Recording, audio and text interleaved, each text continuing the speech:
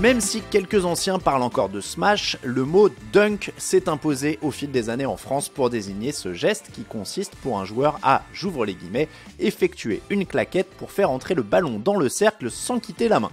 C'est la définition du mot que l'on peut trouver sur la toile. Ce que cette définition ne dit pas, c'est que le dunk ne concerne que le basket. Il en est même devenu un geste symbole, au même titre que le dribble ou le shoot. Comment ? C'est ce qu'on vous raconte aujourd'hui dans Histoire de basket.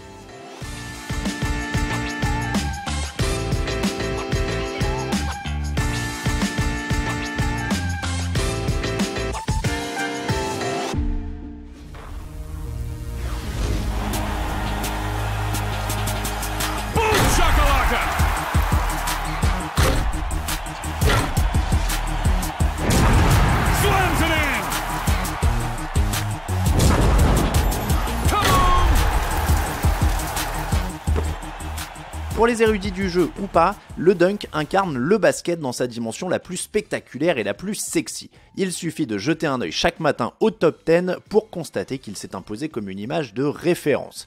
Mais ce geste n'est pas né avec les premiers basketteurs de la fin du 19e siècle. Il a fallu attendre plusieurs décennies avant de l'observer dans un cadre officiel. Évidemment, difficile de savoir si un anonyme le pratiquait dans son coin avant. Les témoignages sur cette période sont rares, d'autant plus hors des compétitions officielles. En fait, on doit la paternité de l'observation de ce geste, né plutôt mystérieusement, au New York Times. On est en 1936, le 9 mars précisément, selon Sports Illustrated, une dizaine d'années avant la naissance de la NBA. Ce soir-là, des journalistes du célèbre quotidien affirment être le témoin d'une nouvelle version du lay-up. Au cœur d'un tournoi dans un gymnase new-yorkais qui doit décider quels joueurs représenteront les USA aux prochains Jeux Olympiques, les chroniqueurs du Times observent un certain Joe Fortenberry, joueur de l'Amateur Athletic Union de l'époque. Joe Fortenberry, un pivot de 2,03 m et 84 kg, il a quitté le sol, tendu la main et lancé la balle dans le cerceau à la manière d'un client de cafétéria faisant tremper une pâtisserie dans un café. Oui, la naissance du dunk est comparée dans le Times à un croissant qu'on trempe dans son café. Ce Big Bang du dunk a d'ailleurs été immortalisé en photo par le quotidien. Natif du Texas et âgé de 25 ans à l'époque, Joe Fortenberry est donc considéré comme l'un des premiers, si ce n'est le premier dunker de l'histoire, en plus d'avoir été le premier capitaine d'une sélection olympique américaine.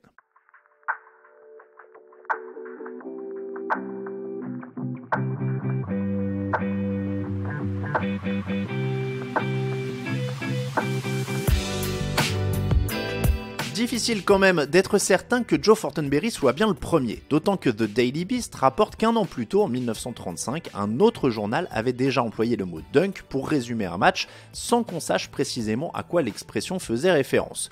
D'autres sources préfèrent ainsi à Joe Fortenberry le Hall of Famer Bob Kurland en tant qu'inventeur du dunk. Surnommé le contrefort, ce géant de plus de 2,10 m, double champion olympique, avait raconté au Orlando Sentinel avoir dunké par accident au milieu des années 40. Ce n'était pas intentionnel, juste quelque chose de spontané. Ça a évolué depuis avec le temps et ses joueurs. À l'époque, je n'essayais pas de sauter par-dessus une voiture, ce n'était pas mon truc, racontait-il. Ces pionniers ont révolutionné le jeu avec ce geste. Ensuite, tout s'est emballé. En 1976, l'ABA lance un concours de dunk. L'idée est reprise quelques années plus tard par la NBA. Grâce notamment à ce concours, Julius Erving, Vince Carter ou Dominique Wilkins deviennent des légendes du dunk. Aujourd'hui, il fait le quotidien des joueurs et des fans de basket.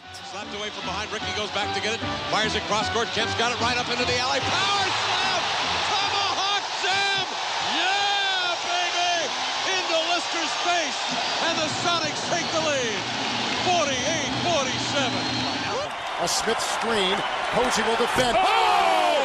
LeBron James with no regard for human life has given the Cavaliers their biggest lead tonight.